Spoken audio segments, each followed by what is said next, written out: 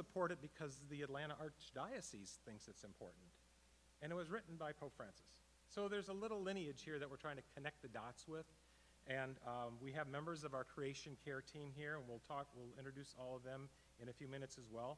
But the one thing, I asked somebody from our organization that we work with outside of the parish, I said, what's the one thing that comes to mind when you think about Laudato Si and what we call an ecological conversion, really just becoming more connected to the environment around us spiritually? And he said, it's the things you notice. It's becoming aware of little things in life. And that might be when you're on the ground and your knees are getting bit by ants and you're planting something, or you're pulling weeds, or you're pruning a bush so that it grows more beautifully throughout the summer. And what provides housing for birds? Those bushes that prosper, right? They like to nest in those places. And so there's so many little things that we sometimes just drive past, but when he said notice, I took notice because I thought that really wrapped it up for me. And then Hannah brought up another word that I thought that would accompany this program today as well, which is cultivate. So cultivate, of course, is the idea of growing something, creating something that you've got and making it even better. And I think that's sort of what we're trying to do here with our service organization. And I think that's why we're trying to align it with Laudato Si, the Pope's encyclical. So those are the few things we're going to talk about today. So one thing I'd like everybody to kind of start this event off with is, at a glance, how many lights are in this building and in the ceiling? Just take a look. 88. Somebody's counted the lights back there. So we're going to talk more about those, but did anybody notice that there's light on in this building? When you flip a light switch, that lights come on. Do you ever wonder where that's why I was hoping a lot of the life teams come here, because when you flip a light switch, do you ever wonder where that energy came from? Or do you just take it for granted and only notice it when it doesn't work? So those are the few kind of things. We want to be able to think about the little things in our yards and the grounds of our parish, but also the things that make our whole church, our school system, our parish center work. There's a lot of things that go into this. So I could even go on. Turn on a faucet. As long as the water's clear, you're happy. But boy, when it's brown, right, all hell breaks loose. Everybody's trying.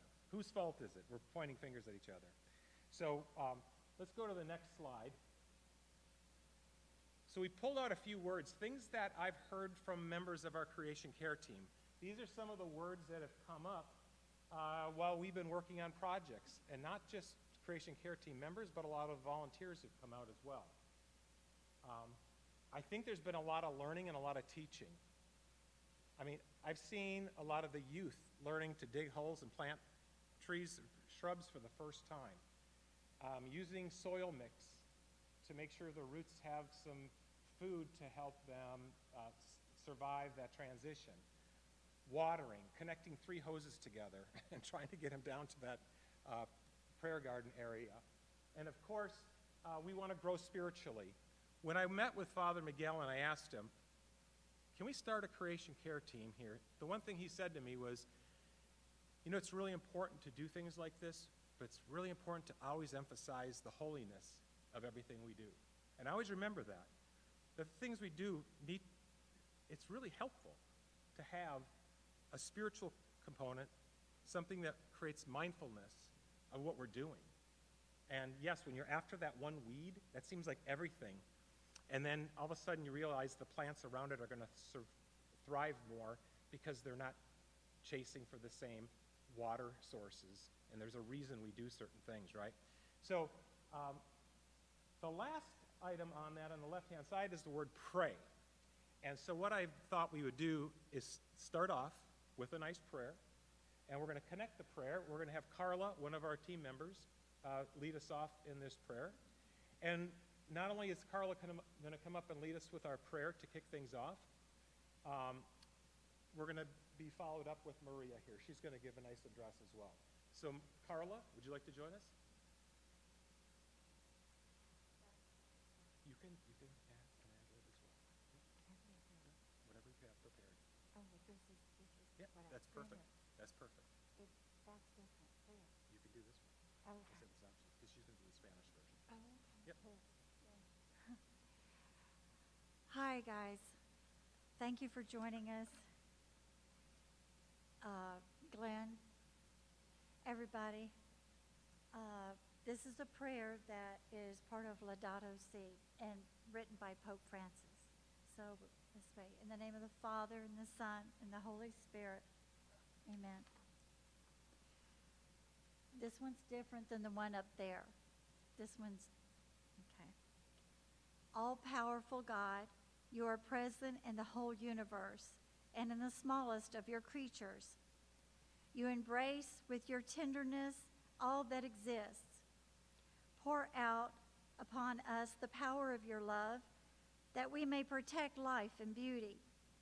Fill us with peace, that we may live as brothers and sisters, harming no one. O God of the poor, help us to rescue the abandoned and forgotten of this earth, so precious in your eyes. Bring healing to our lives, that we may protect the world and not prey on it, that we may sow beauty, not pollution and destruction. Touch the hearts of those who look only for gain at the expense of the poor and the earth. Teach us to discover the worth of each thing, to be filled with awe and contemplation, to recognize that we are profoundly united with every creature. As we journey towards your infinite light, we thank you for being with us each day. Encourage us, we pray, in our struggle for justice, love, and peace. In the name of the Father, and the Son, and the Holy Spirit. Amen.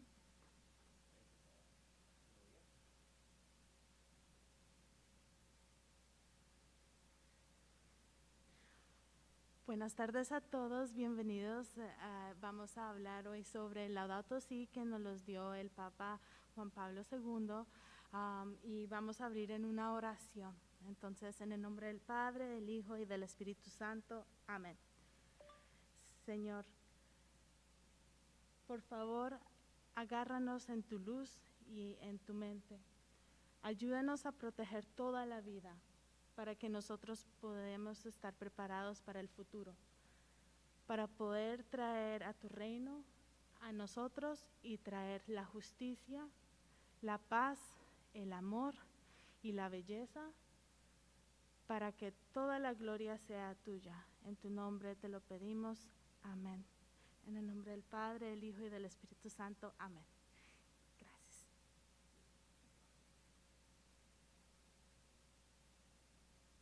Thank you, Carla and Maria. So now that we have completed that, and by the way, the prayer, the one up here was actually a portion of the prayer. So there, Pope Francis had done several prayers and several versions of them, because he sent different prayers out in Laudato Si to two different audiences. One audience would be more of the Christian Catholic-based audience, and then one was to the rest of the world, regardless of where they're at in life, regardless of what their belief systems are. So the beautiful thing about Laudato Si is that every single person in the world is invited to participate. And I think that's one of the neat things about this program. So we can go to the next slide. So what I wanted to show you is this. There actually is a book. This is the book, Laudato Si. These are available at the Archdiocese, and we have a few to give away today. What's neat about this book is one side of it is written exclusively in English, and the other side is in Spanish. So there's a lot of utility with this. It may be passed around for people to read, and it's also available online. So anybody who does want to get acquainted with Laudato Si in more detail, they could do that. And one of the things that I thought about was we could perhaps schedule a little workshop just for Laudato Si, where everybody does come and having read the book, and we can talk about the different components about it.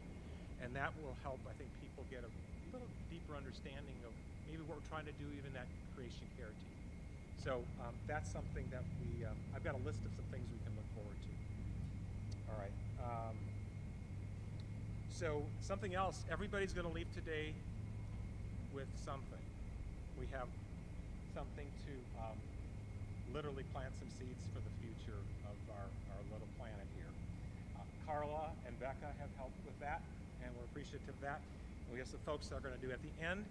We have an index card we'd like everybody to fill out, and then we're going to go ahead and do some drawings for some of these. We have a few of these books that we're going to be able to provide.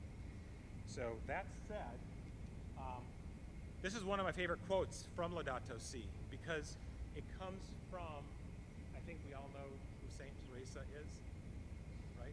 Mother Teresa, there she is in her younger years. I'll give everybody just a moment to just read this.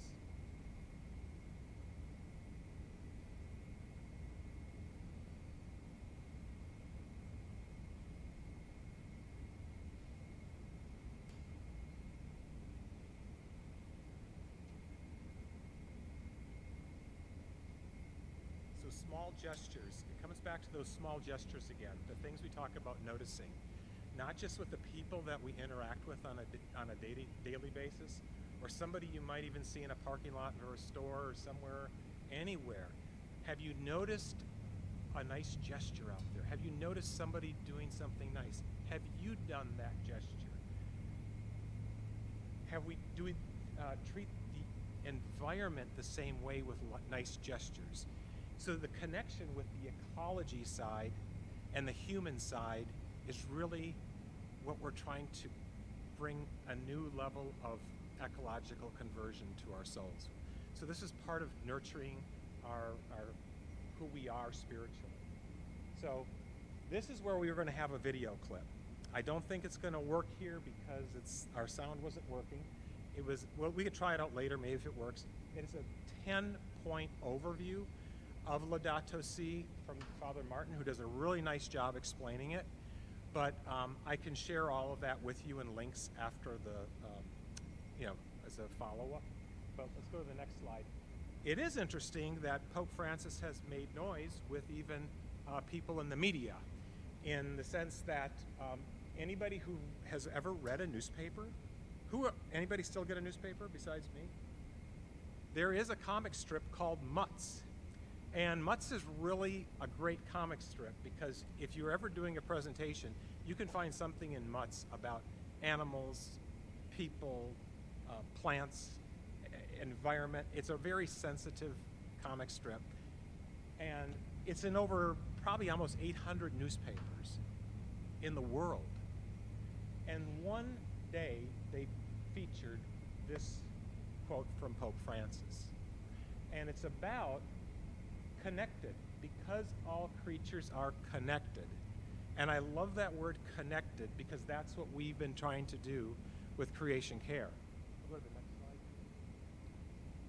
Our connections were miraculous. We started with a ragtime team of, 4 or 5 people, and we somehow were able to transition a prayer garden that was so overgrown and literally dangerous to walk down towards. With help from, we had Life Team come out. We even had some middle school students come out with their older siblings, and I wanted them to be included because Amy is here today, and we want to do some things with middle school, continue to develop our connection with the Life Teen organization that, of course, Maria leads. But the Boy Scouts showed up. Their ages all over the map. They had middle school kids, high school kids, hard workers. Oh my gosh, they saved us. Cassie, how many times did they save us? These people, all these people really came out. the Atlanta Archdiocese. Brian Savoy, please raise your hand. He's with the Atlanta Archdiocese, and he became an agent to us to help us find resources that would help us with our creation care team. That got us plugged into things that are going on with the Archdiocese. Today, he was in a meeting with Tom Warren, one of our volunteers who's in the back. The Bishop of Atlanta was with us, and we were talking about a project that's related to this. We'll talk about it later. But we're so grateful for these relationships because they've helped us reach beyond the walls of Holy Family. We had volunteers that came that are not members of Holy Family. We had volunteers who came because their mother said, I heard about this and I want my kid to do something during this pandemic. It was really kind of a beautiful thing to see. People just freely joining us this summer and helping with some really backbreaking work. And then lastly, it was Georgia Interfaith Power and Light. That's why Hannah's here. So I wanted Hannah to come up. It was really their idea to put something together and kick this spring season off. So Hannah has got some slides to go through, and I'll help fill in along the way. So Hannah. Well, hi everyone. My name is Hannah Schultz. I'm the Program Associate at Georgia Interfaith Power and Light. And thank you so much for inviting me to be here. It has been so much fun to get to know Glenn and hear about what has been happening at Holy Family. And I'm so happy that we can make this happen tonight.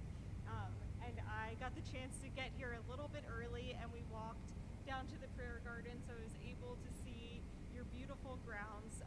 And I think that's such a beautiful centering spot and really leads us so wonderfully into the topic that we're talking about tonight, which is what is creation care, and why does this matter? And so having a spot where you can go and contemplate and sit in nature is so meaningful, and I'm glad that you talked about the contemplation and the ecological conversion, because creation care really is a reminder that one way that we can spiritually connect with God is outside. And I think that roots us and grounds us in this work, because if we lose the creation around us, then we lose that relationship with God, and we lose that opportunity and the divine possibility of connecting with God in that way. And so for me, that's what makes this work so important. There's so many reasons to care for creation, but one of them really is that we don't want to lose that way of being in relationship with God. From the very beginning of Scripture, we know that we are called to be God's caretakers of the earth. Genesis 1:26 through 31 tells us that God created us and put us on the earth. The Scripture says that we are made in the image and likeness of God. And I think that that is so beautiful, because that means that we share God's responsibility for the earth. Made in the image and likeness of God, we are to have the same sense of responsibility towards everything that God has created. We are to see ourselves not above the created order, but as part of the created order. We are interconnected with everything that God created before us, with all the plants and the animals and the trees. And we have this responsibility to be caretakers. And then in the second creation account, we learn that we were made from the earth itself, and God breathed life into us and placed us in the Garden of Eden. And our first and only responsibility was to care for the Garden of Eden. We have not always lived into that call well, but there are so many ways that we can live into that first call that God gave us to care for all of God's creation. And so there are the 10 actions of Laudato Si, which you can learn more about in that video that we'll share later. But I want to use these 10 actions to tell the story of Gipple and of what we do. I've worked with Glenn, and we've worked with Archdiocese to kind of tell the story of caring for creation through these 10 action steps in Laudato Si. So we can go to the first one. So parish activities and education. This is something that y'all are already doing. This is an educational event to talk about caring for creation. At Gipple, we also have over 20 classes and workshops that we can offer on a variety of topics.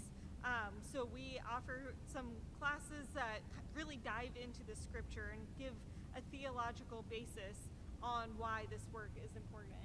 We have classes on topics like climate and health. So if you've ever wondered how climate change is impacting public health, allergies, things like that, we have a class just about that. We have a class about energy. We have a class about environmental justice. These classes are taught by practitioners and professors and scientists from around the state. So this is one way that you can continue education at Holy Family, is through some of these classes. And there's one that I really want to highlight. It's the Active Hope, and the Active Hope, sometimes called Sacred Activism. It's a workshop that's associated with one of our grants, the Four Directions Fund. So when you attend this workshop, right now they're being held virtually, but they're being offered every month, the last Thursday of the month, for about an hour from 7 to 8 p.m. And when you attend this workshop, you become eligible to apply for some seed grant money. So if there's a project that you're interested in, I know Glenn has lots of ideas, and some other folks who have talked to tonight have a lot of ideas of next steps and things that they want to do.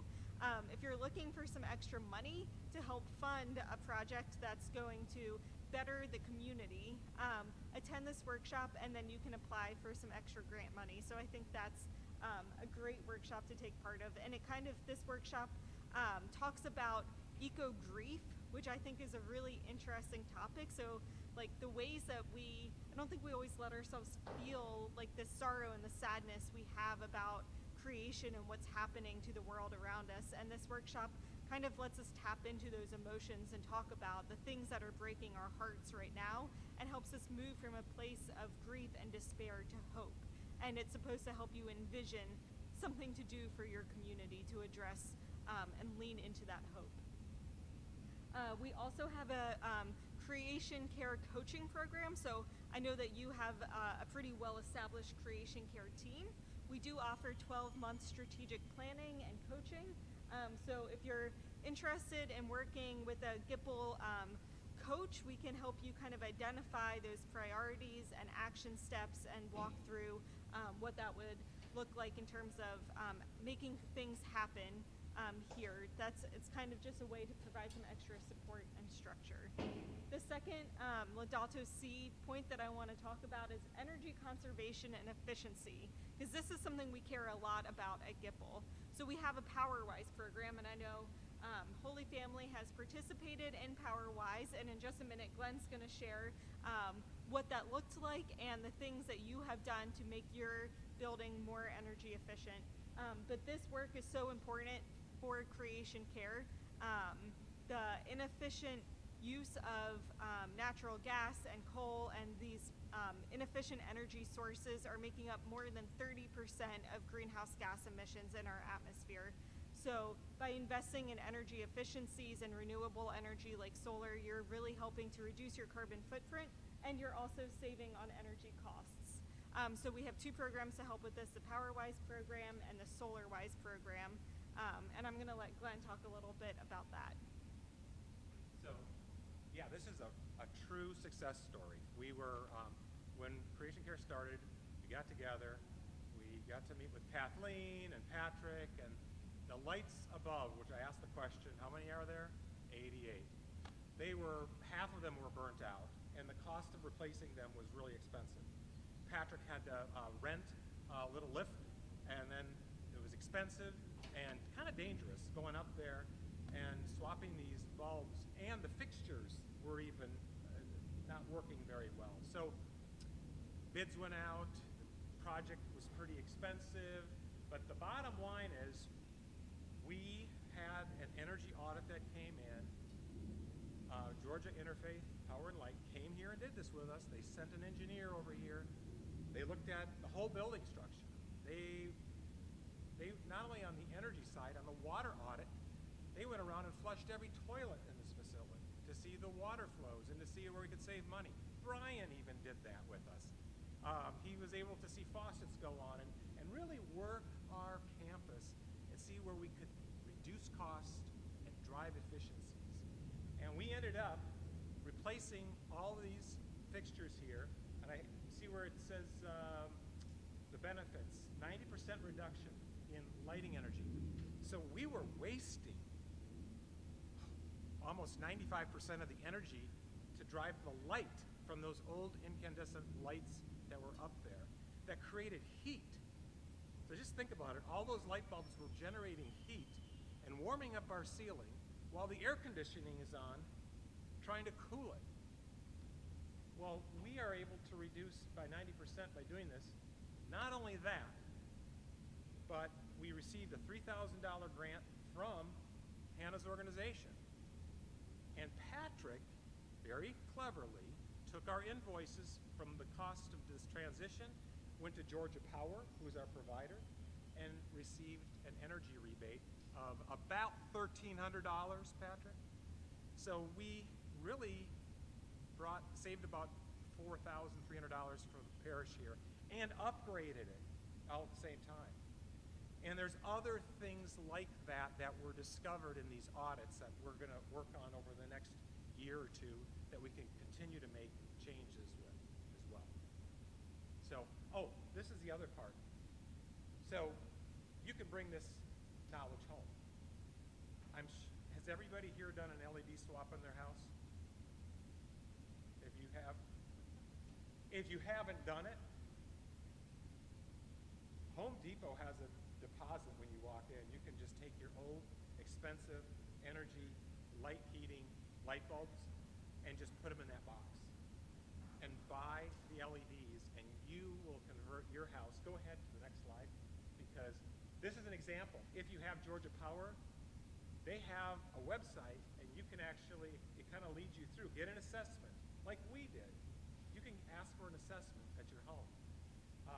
Make improvements, save money and energy. Most of these guys actually give a rebate. They're encouraging you to do this. They have goals to meet, these energy companies, so they're actually putting money out there as well for you to help compensate the cost of conversion. So LED lights are just one example of what Creation Care tries to do. We want to bring some of this home to you all as well.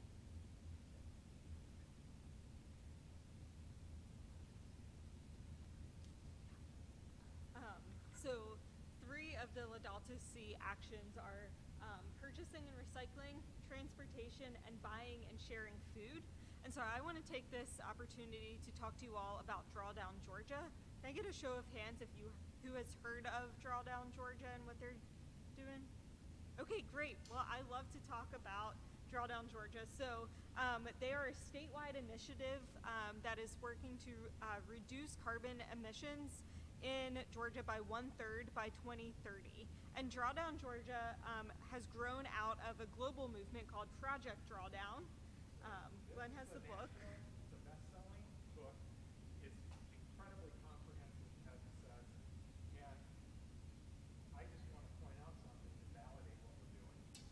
If you turn to page 190, they have 2 pages dedicated to Pope Francis, Laudato Si, which is really entitled On Care of Our Common Home. So Pope Francis' message that we're talking about was included in this book of things we can do, sometimes small things. They're not always enormous. Things we can do to sort of be more efficient. Yeah. So drawdown is the point at time in which greenhouse gases in the atmosphere stop climbing and start to steadily decline. And so Project Drawdown identified 100 solutions to make this happen. And these solutions ranged from some really technical things like solar and investments and that kind of thing to social things like educating more women and girls. And so definitely recommend looking into Project Drawdown. All of their solutions are really fascinating to think about how all of these different parts of our society are working together to help, draw down carbon emissions. But Drawdown Georgia, thank you. They took these 100 solutions and scaled them to see what would be applicable here in Georgia. And so they came up with these 20 solutions that are on your screen. And I think what's so incredible about this is it's things like composting, eating a plant-rich diet. So making simple changes to not cutting out meat entirely, but maybe one night instead of eating meat, you make a plant-based healthy meal. And so I think that this is a great list, and it's a super accessible way to help make an impact, reduce your carbon emissions, and it really fits into these Laudato Si initiatives, like, you know, buying and sharing food. One of the initiatives is reduced food waste. So just thinking really intentionally about how much you're buying at the grocery store, whether that's at home for your families or here for big events that you're having, you know, being intentional about what you're buying, how much you're using, making sure that what you're purchasing is recyclable. You know, you can write some sustainability policies that the Creation Care team can use to kind of guide some of this work to make sure that, you know, maybe you make a policy that you're not going to bring styrofoam, you know, on the grounds because it's really hard to recycle or something like that. So I think there's a lot of great opportunities that come out of Drawdown Georgia. And we actually have a Drawdown Georgia for Congregations workshop. So it's about a 40-minute workshop that's talking specifically about the work of Drawdown Georgia and kind of going through each of these solutions to help you understand ways that you can get involved in this work. So I'm glad that you already mentioned the water audit that you did. So water conservation is something that's important to us at GIPL as well, and it is one of the Laudato Si action steps. So, you know, water conservation is just so important for combating the negative effects of climate change, and we have a program that works just like the PowerWise program. So an engineer came in and tested all of the faucets and everything, and we can make some recommendations for water efficient upgrades.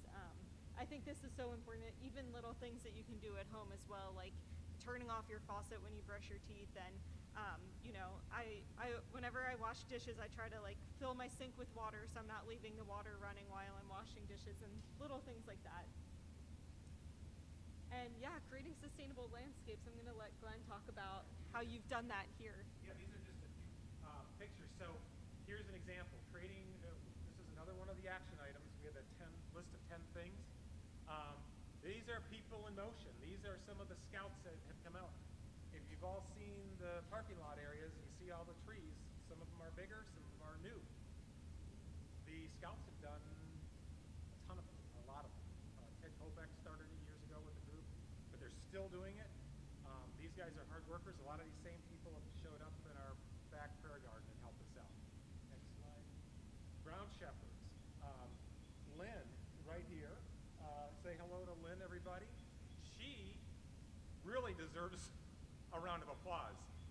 I mean, honestly, when you come to our campus, our prayer garden is hidden in the back of the woods. Anybody who comes to this campus, and there's walkers, and there's a lot of people who drive through this neighborhood all the time. It's so amazing the transition that has happened because of her leadership, her ability to bring a lot of folks out and do a lot of hard work. That area, the centerpiece, when you walk out of our church, we didn't even know it was there. I mean, there were, what kind of bushes were out there? They were overgrown and ugly. And the flowers, she's here, the watering. Some of her people have had poison ivy. We got things on these grounds that we would just love to get rid of. But they worked through it all. And our campus is so much prettier today than it was pre-pandemic. It's amazing what we've accomplished. So that's been a really, really awesome part of the Sustainable Landscape organization that's helped out here. Next slide. Here's some of the things that we've had in the backyard. Oh my, let's have, Carla did our leading prayer, and Becca's with her. That's Becca up there. They came out and brought some flower pots to help decorate things before our outdoor mass. Becca works at Pike's Nursery, so we thank her. She's got great connections there and has helped us out. Some of our middle school, younger folks in the lower right, the wood chip pile that the two fellows on the left are on, thanks to Lynn Hamilton. I'm telling you, we needed those wood chips. We didn't know we needed them. She sent me a note saying, we're going to get rid of them. Do you guys want them? And we woke up one day and came to the back of the campus here, and there was this mountain of wood chips. And I mean, it was really high, higher than what those two boys are on right now. It took us probably 3 months. It took us probably 3 months to go ahead and we're videotaping, remove that pile and get it completed. But it helped us really keep a lot of the weeds coming off along the trails. It helped us have a comfortable area where the benches are, because the wood chips help keep those nasty vines from growing right there. It's really been thankfully we had those chips. I don't know what we would have done without them. So this is one of my favorite pictures because it's a lot of people. It was our really big day that we had. That pile is whittled down now. We knew that the goal was in sight. Everybody was chipping in. A lot of kids met each other for the first time. A lot of new members from Life Teen. The freshmen were there. Just a great, great day. We did it safely, and we had a lot of fun. Next slide. And of course, my favorite picture is, well, Maria on the upper top right. She is pushing a very heavy wheelbarrow. Nothing was in it, but it was a very heavy wheelbarrow. And of course, the two young Life Teeners in the back just enjoying watching her work. We also have on the left, which was the kind of the prize of this whole thing. We had the garden at the end had some real challenges. The statue that was in there was about this tall, and it was really dated and hard to even notice the Virgin Mary. I really compliment Suzanne Mattis, who's with us, because Suzanne actually came back there one day. We were talking about this a little while ago, and she said, you know, Holy Catholic, Holy Family, Catholic Church, we have a lot of great places to worship and be mindful. She said, where's Jesus? And Cassie was down there with me, and the three of us sat around saying, you know, you're right. Maybe this is a good place to bring Jesus for meditative time as well. So that's how we ended up here. Cassie ported this 600-pound statue in the back of an old pickup truck from Athens, Georgia, from a garden that she had. We had a team of about 8 people show up one Saturday morning, and we had to turn that statue around in the back of a pickup truck and then somehow land it on that platform. And I'm going to tell you, that platform, the white platform, and I'd like Jorge, I'd like you and your family, please stand up. You guys get a big thank you. Jorge knew of the problem we had. What are you going to do with the statue that's 600 pounds and just set it on some dirt? We did not know what we were doing. We were winging things. One day, he showed up. His dad showed up. I think your confirmation sponsor showed up. Your mother showed up. It was a family deal. His sister showed up with a little, they were all here helping. They did it unannounced, really on their own. Every time we showed up, the foundation was dug. The next day, the stones were put in. Then one day, they were painted. It was like a miracle showing up here and seeing the type of volunteerism come from our future Life Teen and a graduate. We are just so grateful for the leadership that came from our Life Teen program. Thanks to Maria for really helping shape a lot of these young kids, but we really recognize that and couldn't have made it without it. Without a platform, there would have been no place for Jesus. So that's it. In fact, Jorge sent me a note, and these were his words. I'll let you just read these.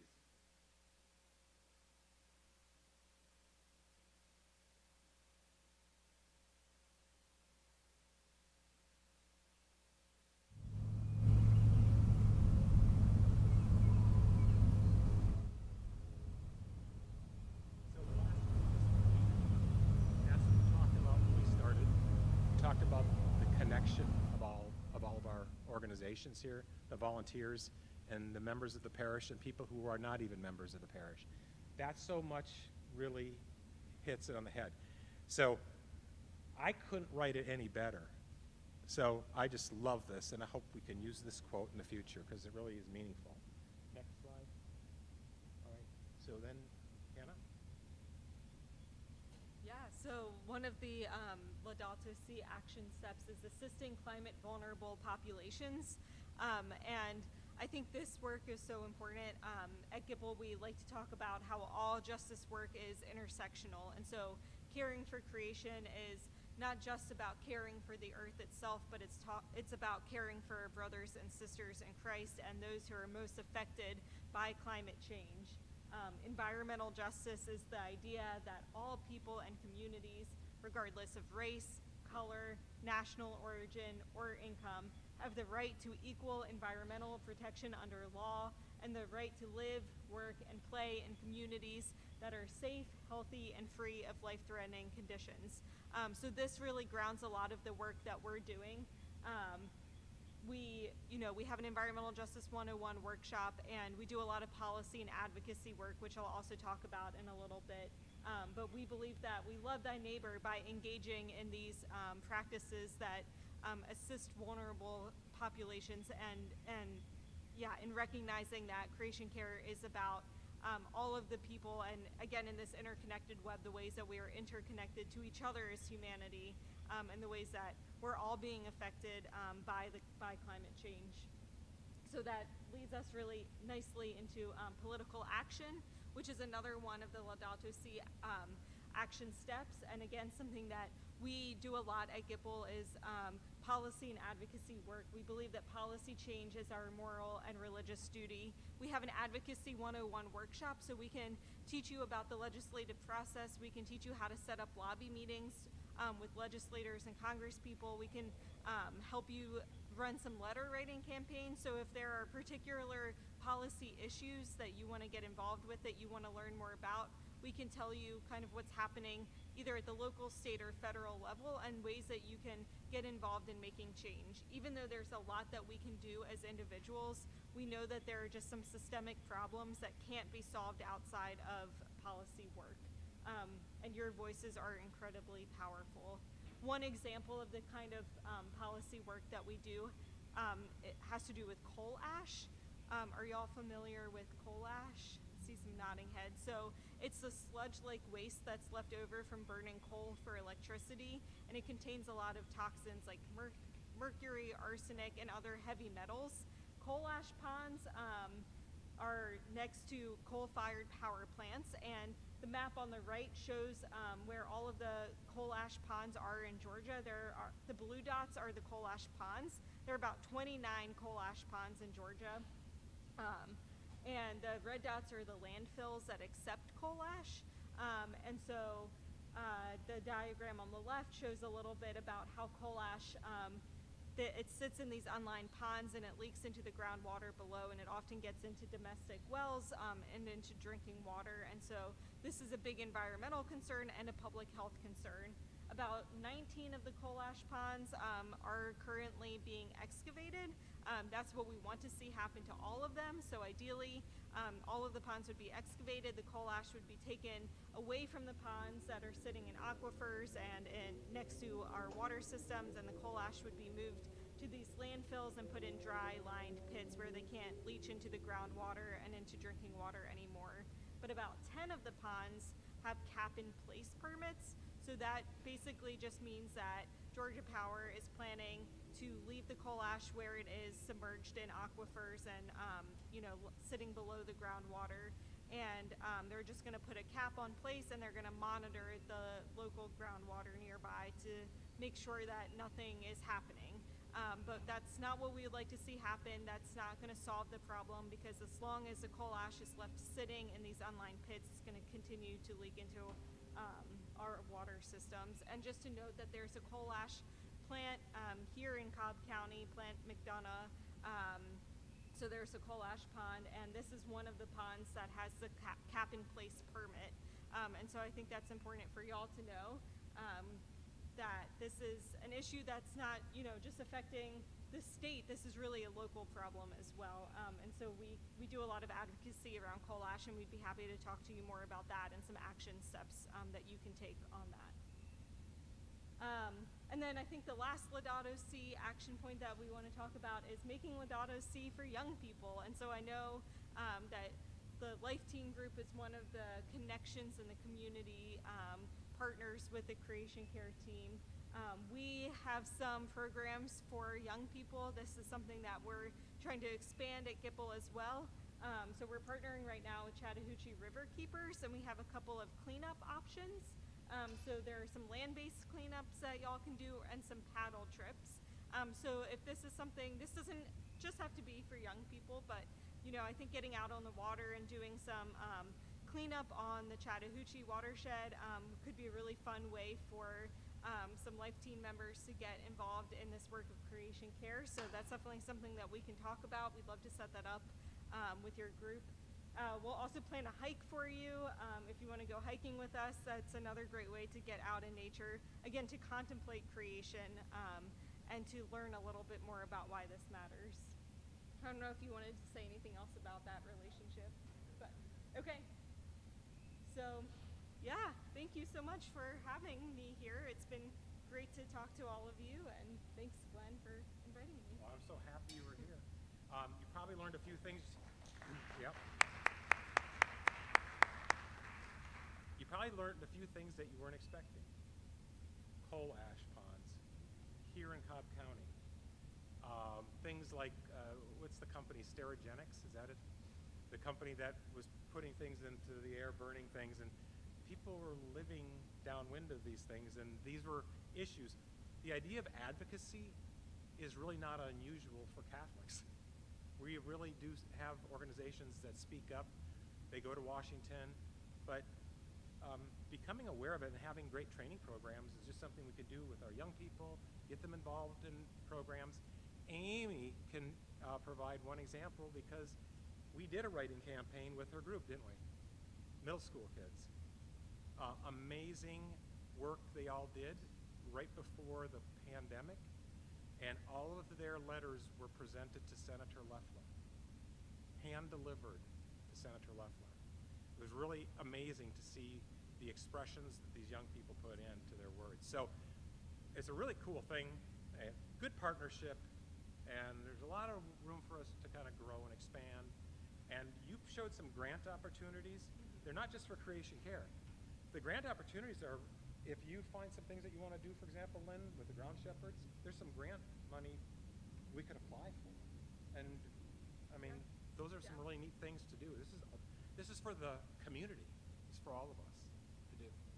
So we don't want to put limits, walls around it. So that was going to be our last thing. But by the way, so that's the list of things we just covered. These items, this list was put together by a professor from UGA, Susan Varlamov. Did I say that correctly, Brian? She launched this program at St. John Newman, and the Archdiocese got involved and really adopted this list of ways to support Laudato Si. Not all of them are things we've done. Not all of them are things we may do. These are all just opportunities to kind of work towards a goal. Yes, Brian.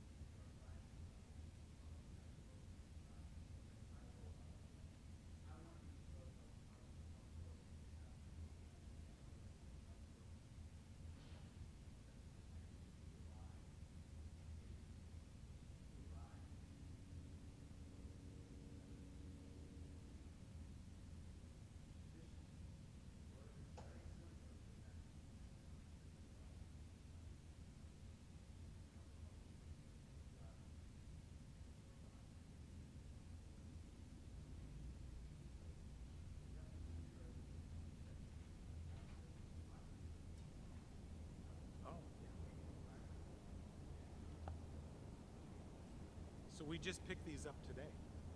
So I haven't even read this. This is just something we picked up.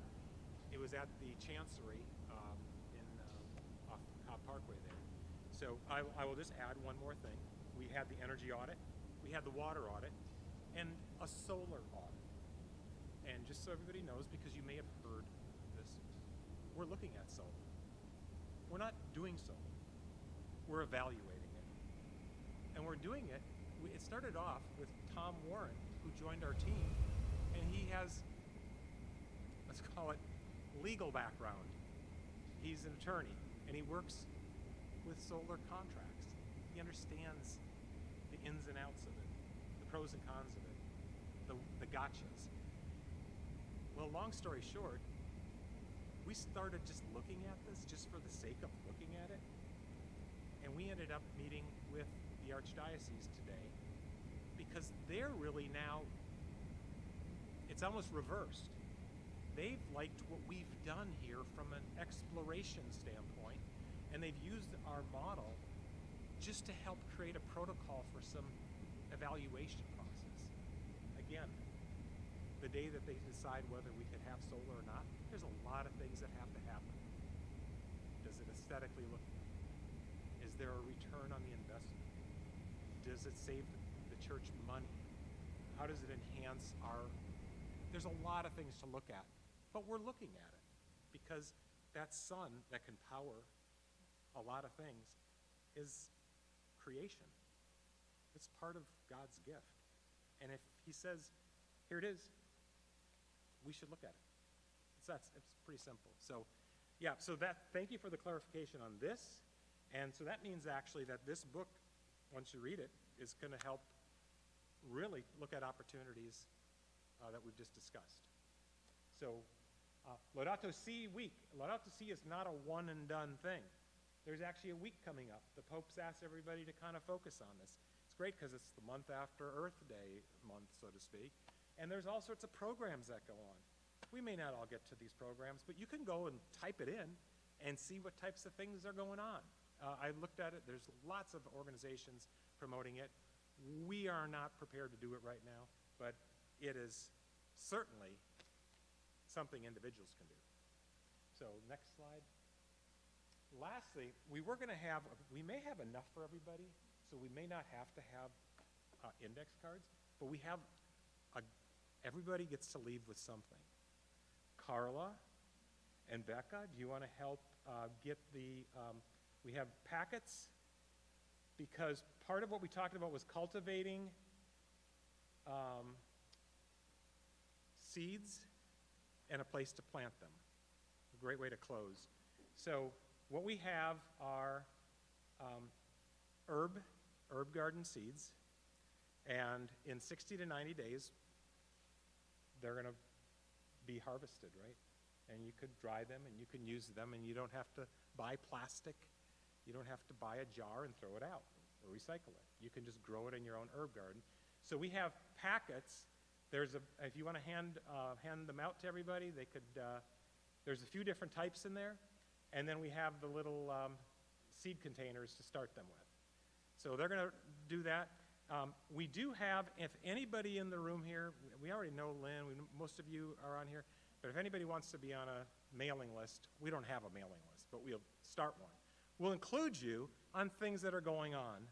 Lynn's been really good. She included me on, especially early on the things they had going on. Then we were also busy and sweating back here, but we were never able to connect. But I think keeping abreast of things going on would be really helpful, especially if we're looking for grant money or projects. Things. Yeah, and bodies. Yeah, exactly. So was there anything else we're going to do? Oh, and would anybody like, then we have 7 of these copies. We can start with Jorge's family. It's written in 2 languages. Would you guys like to start? Pick one? And maybe we could hand these out? Yeah. Do you want to hand those out? There's 7 of them. And then, are there any questions from this esteemed audience? Any preguntas?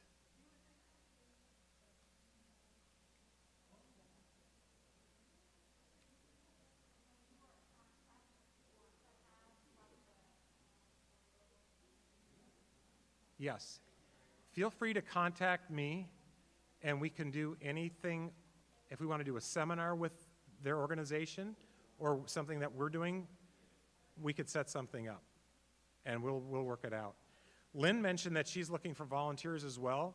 So Lynn Hamilton, ground shepherds are also listed on our service list, so you can go there.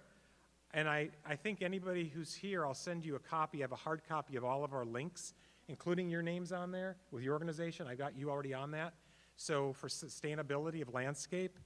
And then Hannah mentioned that she would love to have maybe you or somebody from your organization come out and actually walk through our landscape, our campus, and discuss ideas about different things we could do to regenerate the property. Because we know that red ants, we can do better than red ant piles on that hill. And English ivy climbing up the back. And before we close, I also want to mention thank you to Mark Meredith for showing up. He reached out to us because I don't remember if you sent the picture or somebody from Ground Shepherds, but somebody sent us a picture of a pallet that was grossly laying in a creek bed behind the prayer garden. Some of our Life Teen kids came out and just took that thing apart. It was so heavy and cumbersome to carry out. They took it apart and we got it hauled off. Mark noticed it. We reached out, met him about a week ago. Cassie and I met him. And Mark said, you know what I like to do? I like to take down English ivy. Oh my gosh. We're looking for volunteers now because we need to get a team together to help Mark take down some nasty ivy that's growing on some beautiful trees back there. And we know we have to get our arms around it and regenerate the soils over there with native plants that are a little nicer. So this is an example of just community working together and a little miracles of life, how we connect. So thank you for that offer, Mark. Any other questions?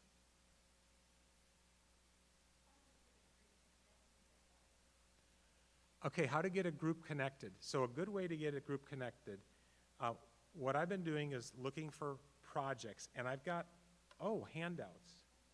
Oh yeah, are those the handouts? Maybe some of you picked them up on the way in.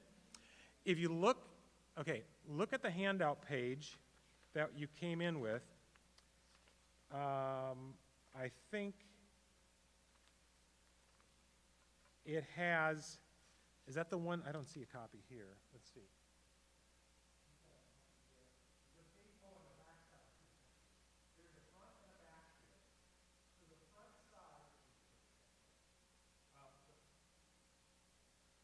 So the front side of it has, for example, the third section down, or the second section, Georgia Interfaith Power and Light. That's their website. You can go to their website, for example, and see the types of things they've got going on. They have a lot of really cool seminars. You know, sometimes it's a rainy Sunday afternoon or Saturday afternoon. You can jump on one of those and really learn a lot from some great speakers, really insightful people. They have programs that are connected to their national organization. I sat through one recently on these urban gardens that they did. You learn a lot from them. And then, so we can do things with coordinating with Hannah. She's my contact there.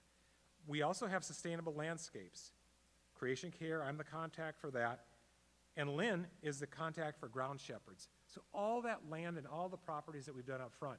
And obviously, what I think I would throw over to you, Lynn, is maybe in how we get more volunteers, is maybe coordinate projects. I'll give you an example. I have a list at the bottom here. Second page, the backside.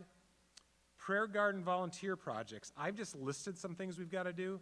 Groom the path, sand and stain the handrails, things like that, English ivy removal. But then we're also looking for donations, looking for people who might want to donate some garden trees, shrubs, native plants that we'd put back there. We had probably about 30 to 40 azalea plants donated, and they're now all rested. We still have some planting to do. There were some lilies that are still sitting in the back that we haven't done because we have to have a place for them. But we're always willing to take donations of plants, labor, volunteer time. But if we identify the projects with Lynn, and she's got projects, what we do is we just reach out to Maria, and maybe we could reach out to you. And maybe there's some projects that are suitable for middle schoolers or a group of your middle schoolers at their age appropriate, like raking the path, bringing garden rakes and raking and smoothing out a path. Some younger people can do that. Maria has an age group that's a little bit different, older, more mature, but maybe there's some projects that are also part of the overall campus that Lynn's been toiling with. And we could just focus on getting the proper, maybe we come up with a wish list of some projects and get a date, and then we coordinate tools and start times. Usually it's 10 to noon on a Saturday, 10 to noon on a Saturday. And then there's usually a Chick-fil-A treat that Maria does, and that keeps the young folks coming back. It always never fails. It never fails. So Lynn, we could maybe just, if there's some things that you see, maybe we just get the list to her. I don't care if it's Creation Care or groundskeepers. If we're working together, that's what we'd like to do. So.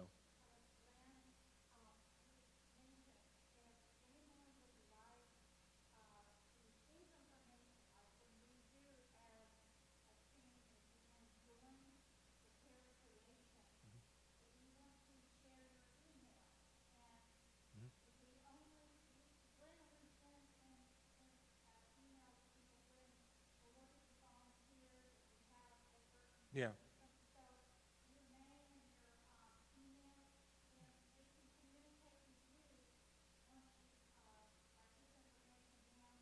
Yeah. Mobile numbers are optional. We're not going to call you at night on it, but if you want to add it, feel free to add it. And Also, if you'd like to get on Dipple's email list, we send newsletters and things, so if you want to get another index card and give it to me, we can oh, that's a good idea. get Yeah. you in our system. Yeah, their emails are really good. The ones that come from Hannah's organization, there really are some great ones. Recently, we received one for Kiss the Ground. How many of you were able to watch Kiss the Ground? It's on Netflix. Write it on your little piece of paper. It's a really cool documentary that basically says there's a difference between soil and dirt. And you want to kiss the soil. The dirt's going to kill you. And it's a really beautifully done documentary. There's a long version and there's a short version. Carla watched the long version. You watched the long version, Suzanne did. I watched both. My wife was hooked when she saw that. She learned so much from it. But it was a promotion that came out from Georgia Interfaith Power and Light. I would never have known about this Kiss the Ground. It's on Netflix now, so you can just plug into Netflix and watch it. It starts off a little, okay, kind of doomsy, but then it really rockets into so many cool things that are happening. Very positive, very optimistic. So it's a really good thing to watch. Thank you, Carla. Thank you, Becca. And do we have the seeds and all those given out? Okay, so seeds, planting containers on the way out. We thank you. Thank Hannah for driving all the way from Atlanta to be out here. Thank you. No, it was fun. And thanks Maria for running this show for us. Oh my gosh. And Kathleen and Patrick, who are part of our inner team, they help communicate things with Father Miguel and keep the doors open and things for us as well. So, Yes, thank you awesome. for organizing all of this. Oh, you're welcome. It was fun.